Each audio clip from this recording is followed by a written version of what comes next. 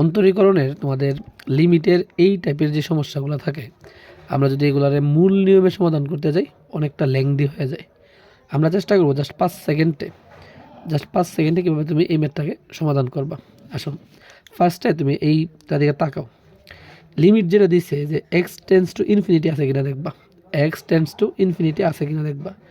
যদি x tends to infinity থাকে এবং দেখবা এখানের যে চলকগুলো আছে, চলকের সর্বোচ্চ পাওয়ার কোনটা দেখবা 3, আর এখানে সর্বোচ্চ পাওয়ার কত 3।